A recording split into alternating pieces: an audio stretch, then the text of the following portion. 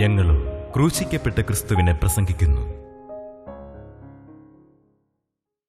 ഹോശേയ 2:14. അതുകൊണ്ട് ഞാൻ അവളെ വശീകരിച്ച് മരുഭൂമിയിൽ കൊണ്ടുചെന്ന് അവളോട് ഹൃദ്യമായി സംസാരിക്കും. ഞാൻ അവളെ വശീകരിച്ച് മരുഭൂമിയിൽ കൊണ്ടുചെന്നുള്ളവളോട് ഹൃദ്യമായി സംസാരിക്കും. മരുഭൂമിയിൽ വെച്ച് ദൈവം സംസാരിക്കും. മരുഭൂമി ഊഷരമായ മരുപ്പറമ്പാണ്. ഒരു തെല്ലും കനിവില്ല, അലിവില്ല, ആർദ്രതയില്ല. ഉണങ്ങി വരേണ്ട ഭൂമി, ഉണങ്ങി വരേണ്ട മരുഭൂമിയിൽ, ഉണങ്ങി വരേണ്ട അനുഭവത്തിൽ ദൈവം നമ്മോട് സംസാരിക്കും. അത് അനുഗ്രഹകരമായ കാര്യമാണ്. നമ്മുടെ പലരുടെയും ജീവിതത്തിൽ വരൾച്ചയുണ്ട്, പലതിലും വരൾച്ചയുണ്ട്. ദുരിതങ്ങളുടെ അനുഭവമുണ്ട്, യാതൊരു അനുഭവമുണ്ട്, വരൾച്ചയുടെ അനുഭവമുണ്ട്. മക്കൾ പിറക്കുന്നില്ല, വരൾച്ചയല്ലേ. പല ചികിത്സകൾ ചെയ്തു, ഒരു കുഞ്ഞിനെ കിട്ടുന്നില്ല. വിവാഹ ജീവിതത്തിൽ ഒരു കുഞ്ഞിനെ കിട്ടുന്നില്ല എന്ന് പറഞ്ഞാൽ എത്രയോ സങ്കടകരമായ കാര്യം. ഒരു കുഞ്ഞിനെ കിട്ടുന്നില്ല, വരൾച്ച. പക്ഷേ പ്രാർത്ഥിച്ച ദൈവമക്കൾക്ക് വരൾച്ച കർത്താവ് മാറ്റി കൊടുത്തിട്ടുണ്ട്.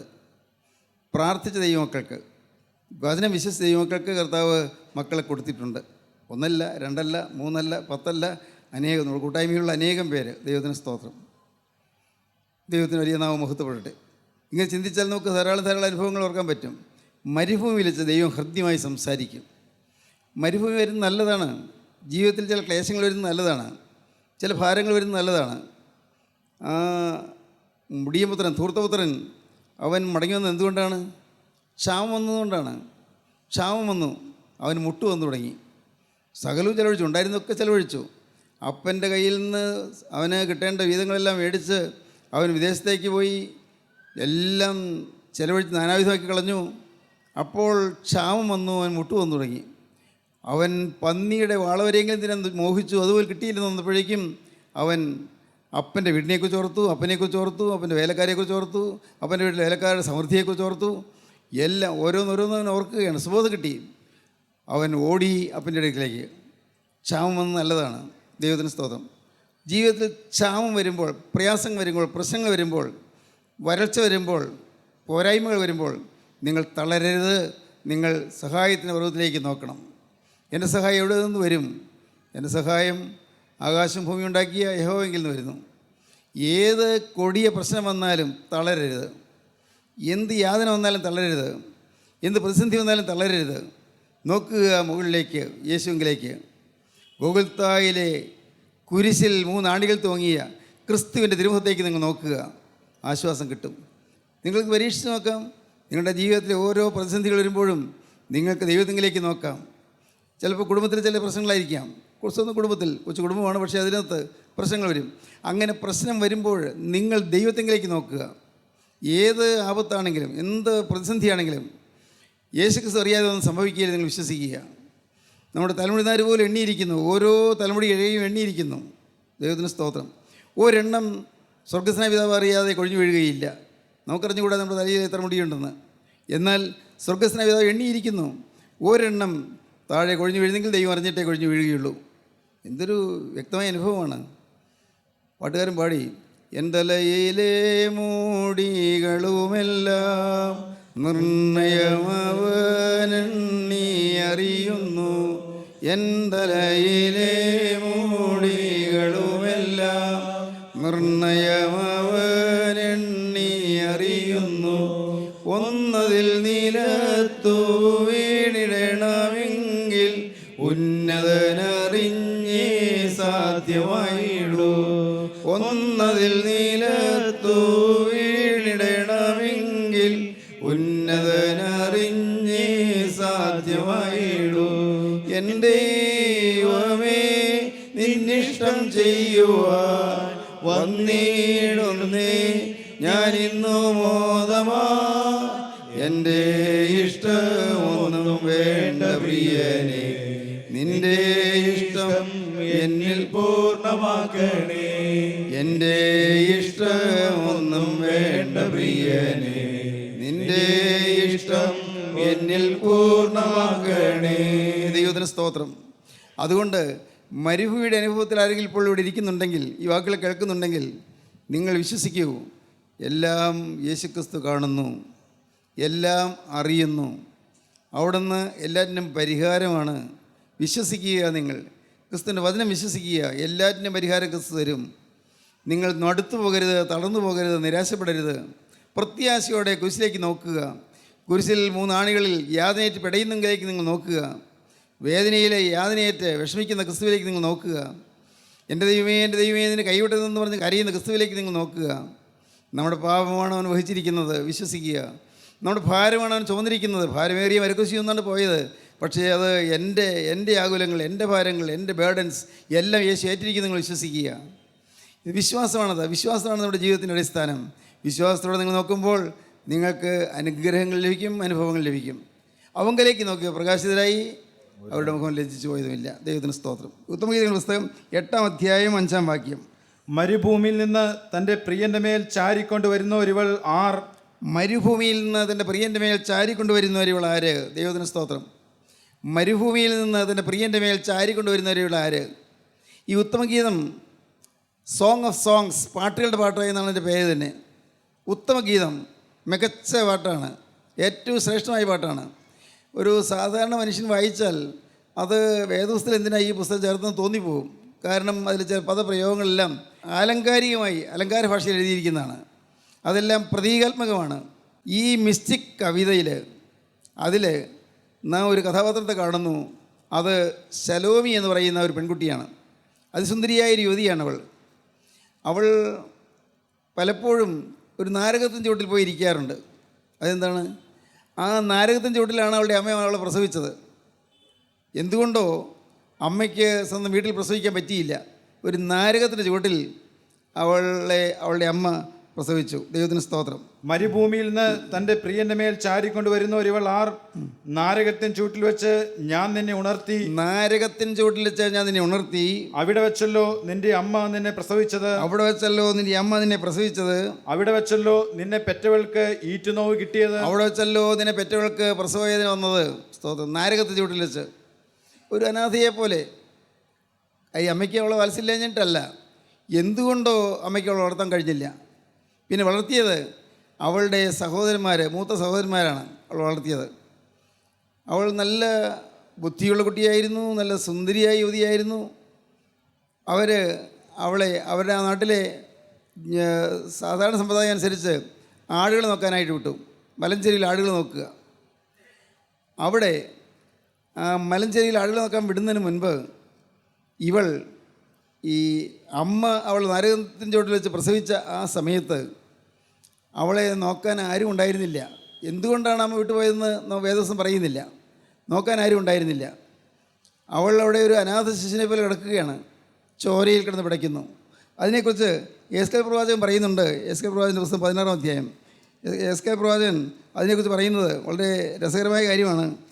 ഈ നാരകത്തിൻ ചുവട്ടിൽ പെറ്റുകിടന്ന് ഇവളെക്കുറിച്ച് എസ്കേൽ പറയുന്നു. 16-ാം അധ്യായം 1-ാം വാക്യം മുതൽ.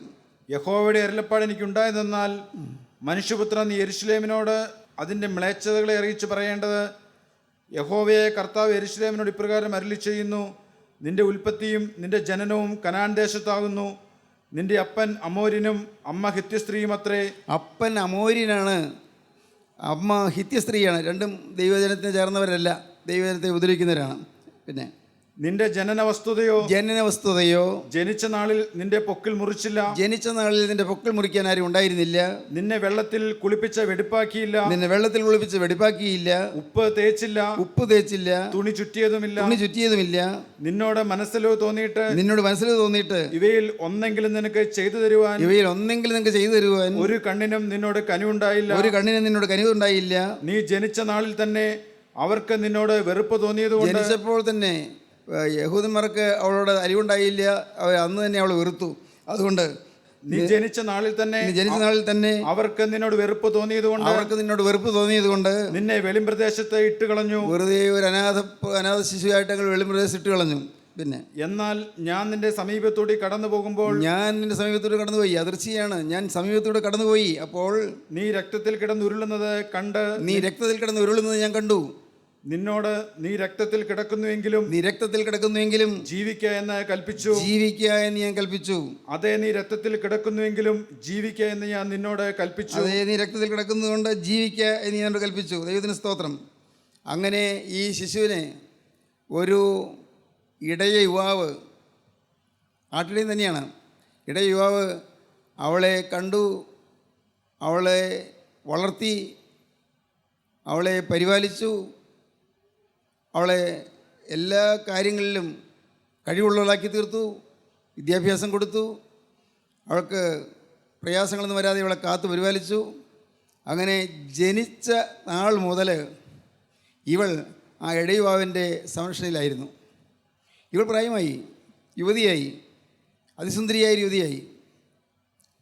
അവിടെ ആ ആട് നോക്കുന്ന സ്ഥലത്ത് വെച്ച് തന്നെ ഇവളും ഇടയുവാവും തമ്മിൽ വാക്ക് പറഞ്ഞു, വിവാഹ നിശ്ചയം ചെയ്തു. എന്താണ് അതിൻ്റെ സിംബോളിക് മീനിങ്? എന്താണ്? കർത്താവായ യേശുക്രിസ്തുവും മണവാട്ടി സഭയും ഒരുമിച്ച് ഒരു ഉഭയസമ്മതത്തിലെത്തുന്നതിനെക്കുറിച്ചാണ് പറയുന്നത്. യേശുക്രിസ്തു മണവാളനും സഭ മണവാട്ടിയുമാകുന്നു. സഭ ക്രിസ്തുവിനോട് വാക്ക് പറഞ്ഞു, ക്രിസ്തു സഭയോടും വാക്ക് പറഞ്ഞു. ഞാൻ നിനക്കുള്ളവളെന്ന് സഭ പറഞ്ഞു, ഞാൻ നിനക്കുള്ളവനെന്ന് ഇടയനും പറഞ്ഞു. ഇടയൻ കർത്താവായ യേശുക്രിസ്തു. യേശുക്രിസ്തു സഭയിൽ നിന്നുള്ള ബന്ധമാണ് കാണിക്കുന്നത്. അത് അലങ്കാര ഭാഷയിൽ ഈ പുസ്തകം എഴുതിയെന്നേ ഉള്ളൂ. ഏറ്റവും ശ്രേഷ്ഠമായൊരു സാഹിത്യ സുന്ദരമായ കവിതയാണിത്, ഈ ഉത്തമഗീതം. അർത്ഥം മനസ്സിലാക്കുമ്പോഴേ നമുക്ക് അതിൻ്റെ ഉൾപ്പൊരുൾ തിരിഞ്ഞു കിട്ടുകയുള്ളൂ. അല്ലെങ്കിൽ നമുക്ക് ഇത് എന്താ ഈ വേദപുസ്തകത്തിൽ ഇതൊക്കെ എഴുതിയെന്ന് നമുക്ക് തോന്നും. യേശുക്രിസ്തു സഭയിൽ നിന്നുള്ളതായ സ്നേഹബന്ധം, അതാണ് അപ്പോസ്തലനായ പൗലോസ് കൊരിന്ത്യർക്ക് എഴുതിയ 2-ാമത്തെ ലേഖനം 11-ാം അധ്യായത്തിൻ്റെ 2-ാം വാക്യത്തിൽ പറയുന്നത്. പൗലോസ് എഴുതിയ 2 കൊരിന്ത്യർ 11:2. ഞാൻ നിങ്ങളെക്കുറിച്ച് ദൈവത്തിൻ്റെ എരിവോടെ എരിയുന്നു. ഞാൻ ക്രിസ്തു എന്ന ഏക പുരുഷന് നിങ്ങളെ നിർമ്മല കന്യകയെ ഏൽപ്പിപ്പാൻ വിവാഹ നിശ്ചയം ചെയ്തിരിക്കുന്നു. വിവാഹ നിശ്ചയം കഴിഞ്ഞു. പ്രിയപ്പെട്ടവരെ, ഇതൊരു വലിയ യാഥാർത്ഥ്യമാണ്. നാം ഈ ഭൂമിയിലുള്ള മനുഷ്യരെ ഓരോരുത്തരും വിശ്വസിക്കുക, നമ്മുടെ വിവാഹ നിശ്ചയം കഴിഞ്ഞു. കർത്താവായ യേശുക്രിസ്തു മണവാളിന് വേണ്ടി നാം നിയമിക്കപ്പെട്ടവരാകുന്നു. നമ്മെ യേശുക്രിസ്തു വളർത്തി, നമ്മെ ചോരയിലും ചെളിയിലും കിടന്ന് ഉരുളുമ്പോൾ നമ്മെ എടുത്ത് കുളിപ്പിച്ച് വസ്ത്രം ചുറ്റി നമ്മെ വളർത്തിക്കൊണ്ടുവന്നു. എല്ലാം യേശു ചെയ്തു. ദൈവത്തിന് സ്തോത്രം. എന്ന് പറഞ്ഞാൽ എന്താണ് അതിൻ്റെ അർത്ഥം? കർത്താവായ യേശുക്രിസ്തു നമ്മെ കാവ ചെയ്തു. ഇത്രയും കാലം നമ്മുടെ ജീവിതത്തിൽ എന്തെല്ലാം ആപത്തുകൾ വന്നു, ഒന്നും നമ്മളെ തൊടാതെ കർത്താവ് കാത്തു. മരണം വന്ന് നമ്മെ വാതിക്കലൊന്ന് ഒട്ടി, പക്ഷേ മരിക്കാതെ നമുക്ക് കർത്താവ് ആയുസ് തന്നു. എത്രയെത്ര അപകടങ്ങളിൽ നിന്ന് കർത്താവ് നമ്മെ രക്ഷപ്പെടുത്തി. ഓർത്ത് നോക്കിയാൽ അത്ഭുതമാണ്, അത്ഭുതങ്ങളുടെ അത്ഭുതം. ദൈവം നമ്മെ ഇതുവരെയും കാത്തു പരിപാലിച്ചു. ദൈവത്തിന് സ്തോത്രം. ആ യേശുക്രിസ്തു നമ്മെ തന്നെ സഭയായി, മണവാട്ടി സഭയായി സ്വീകരിച്ചിരിക്കുന്നു, വിവാഹം ചെയ്തിരിക്കുന്നു. ദൈവത്തിന് സ്തോത്രം. ഇനി വിവാഹം എന്താണ് നടക്കുന്നത്? മണവാട്ടിയെ വിവാഹം കഴിക്കുന്നത് എന്താണ്? അത് മധ്യാകാശത്തിൽ വെച്ചാണ്, ഭൂമിയിൽ വെച്ചല്ല. കർത്താവായ യേശു 2ാമത് വരുമ്പോൾ അന്ന് കർത്താവിൻ്റെ ഗംഭീരനാദത്തോടും പ്രധാനദൂതൻ്റെ ശബ്ദത്തോടും ദൈവത്തിൻ്റെ കാഹളത്തോടും കൂടെ സ്വർഗത്തിൽ നിന്ന് ഇറങ്ങി വരികയും ക്രിസ്തുവിൽ മരിച്ചവർ മുമ്പേ ഉയർത്തെഴുന്നേൽക്കുകയും ചെയ്യും. പിന്നെ ജീവനോട് ശേഷിക്കുന്ന നാം അവരോടൊരുമിച്ച് ആകാശത്തിൽ കർത്താവിനെ എതിരേൽപ്പാൻ മേഘങ്ങൾ എടുക്കപ്പെടും. അങ്ങനെ നാം കർത്താവിൻ്റെ സന്നിധിയിലേക്ക് എടുക്കപ്പെടുമ്പോൾ കർത്താവ് മധ്യാകാശം വരെയും ഇറങ്ങി വരും. സ്വർഗാരോഹണം ചെയ്തു പോയ കർത്താവ് മധ്യാകാശത്തിലേക്ക് തന്നെ സഭയെ സ്വീകരിപ്പാൻ എഴുന്നള്ളി വരും. അവിടെ ആ സ്വർഗീയമായ രാജാധിരാജൻ്റെ മണിപ്പന്തലിൽ അവിടെ വിവാഹ മഹോത്സവം നടക്കും. ദൈവത്തിന് സ്തോത്രം. കുഞ്ഞാൻ്റെ കല്യാണ സദ്യയ്ക്ക് ക്ഷണിക്കപ്പെട്ടവർ ഭാഗ്യവാന്മാരെന്ന് വെളിപ്പാട് പുസ്തകം പറയുന്നു. ഇതെല്ലാം ചേർത്ത് വായിക്കുമ്പോൾ നമുക്ക് വ്യക്തമായ ചിത്രം കിട്ടും. നാം യേശുക്രിസ്തുവുമായി ഒന്നായിത്തീരും. ഈ ശലോമി, അവൾ സുന്ദരിയായി വളർന്നു. പക്ഷേ അവൾക്ക് ഈ ഇടയനോടുള്ളതായ സ്നേഹം വർദ്ധിച്ചു കൊണ്ടിരുന്നു. ഇടയൻ ആടുകളെ നോക്കാൻ പോകുമ്പോൾ ഇടയ്ക്കുള്ളവർ കാണും, സന്തോഷമാണ്. പക്ഷേ വിവാഹം നടന്നിട്ടില്ല. അങ്ങനെ ഇരിക്കെ ഒരവസരത്തിൽ ഗ്രാമീണ പ്രദേശങ്ങളിൽ കൂടി സഞ്ചരിച്ച് ശലോമൻ രാജാവ് വന്നു. ശലോമൻ രാജാവ് ഒരു മൃഗയാ വിനോദത്തിന് വേണ്ടി, നായാട്ടിന് വേണ്ടി എന്നൊക്കെ വേണമെങ്കിൽ പറയാം, ഏതോ ഉത്സവം ആഘോഷിക്കുന്നതിന് വേണ്ടിയോ എന്തോ ആ ഗ്രാമത്തിൽ കൂടി വരാനിടയായി. അന്ന് രാജാവ് ഈ സുന്ദരിയെ കണ്ടു, ശലോമിയെ കണ്ടു. രാജാവിന് വളരെ ബോധിച്ചു. ശലോമോന് ഭാര്യമാർ ധാരാളമുണ്ട്. രാജാവ് തീരുമാനിച്ചു, ഇവളെയാണ് ഏറ്റവും പട്ടമഹിഷിയായിട്ട്, ഏറ്റവും പ്രിയപ്പെട്ട രാജ്ഞിയാക്കിയിട്ട് വാഴിക്കാൻ പോകുന്നത്. രാജാവ് കൊട്ടാരത്തിൽ ചെന്നതിന് ശേഷം ഇവളുടെ ആംഗിൾമാരെ വിളിച്ചു. അവർ കൊട്ടാരത്തിൽ സന്തോഷത്തോടെ ചെന്നു. നിങ്ങളുടെ സഹോദരിയെ ഞാൻ കണ്ടു, അവളെ വിവാഹം ചെയ്യാൻ ഞാൻ ആഗ്രഹിക്കുന്നുണ്ട്. എൻ്റെ കൊട്ടാരത്തിൽ രാജ്ഞിയായിട്ടുള്ള വാഴിക്കാം, അവളെ കൊട്ടാരത്തിലേക്ക് പറഞ്ഞു വിടണം. അവർക്കുണ്ടായ സന്തോഷത്തിന് അതിരില്ല. സന്തോഷത്തോടുകൂടി അവർ വീട്ടിലേക്ക് ആനന്ദപ്രകർഷത്തോടെ കടന്നു ചെന്നു. ഇവൾ പറഞ്ഞു, മോളെ നിനക്ക് ഒരു വലിയ ഭാഗ്യം കിട്ടിയിരിക്കുന്നു, നമ്മുടെ കുടുംബത്തിന് വലിയ ഭാഗ്യം കിട്ടിയിരിക്കുന്നു, നിന്നെ രാജാവ് ശലോമോൻ നിന്നെ കല്യാണം കഴിക്കാൻ ആഗ്രഹിക്കുന്നു. അവൾ മിണ്ടുന്നില്ല. എന്തിനു നീ മിണ്ടാത്തത്?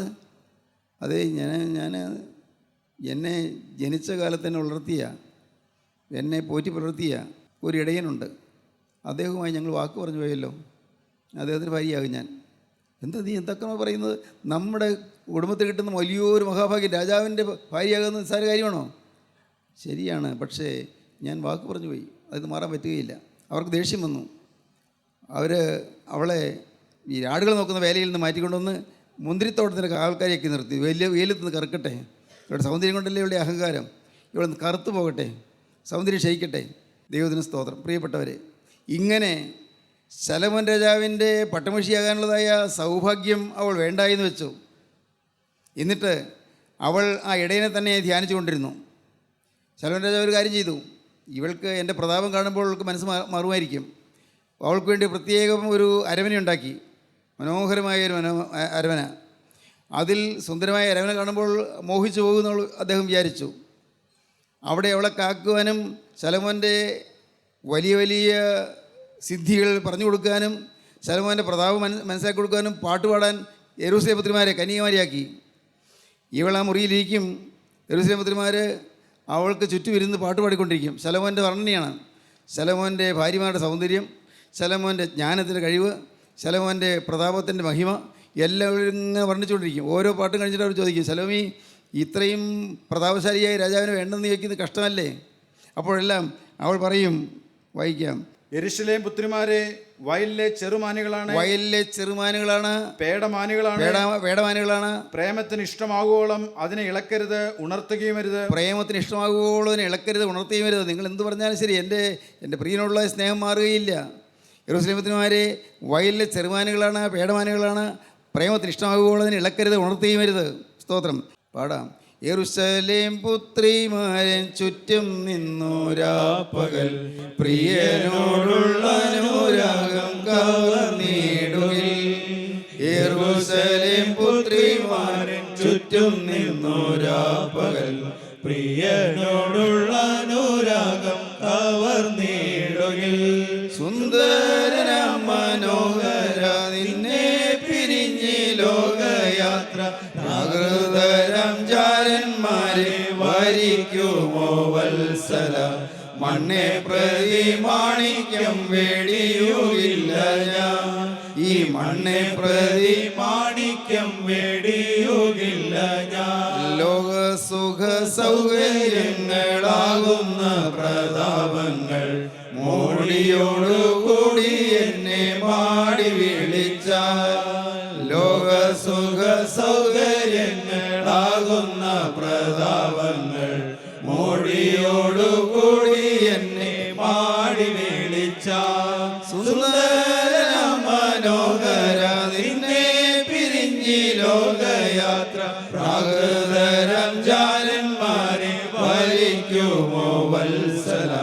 മണ്ണെ പ്രതി മാണിക്യം വേടിയുകില്ല ഞാൻ, ഈ മണ്ണെ പ്രതി മാണിക്യം വേടിയുകില്ല ഞാൻ. വെള്ളത്തിൽ കുമിള പോലെ മിന്നി വിളങ്ങിടുന്ന ജഡിക സുഖങ്ങൾ എന്നെ എതിരേൽക്കുകിൽ. വെള്ളത്തിൽ കുമിള പോലെ മിന്നി വിളങ്ങിടുന്ന ജഡിക സുഖങ്ങൾ എന്നെ എതിരേൽക്കുകിൽ. സുന്ദര മനോഹര നിന്നെ പിരിഞ്ഞി ലോകയാത്ര, പ്രാകൃതരം ജാരന്മാരെ വരിക്കുമോ വത്സല.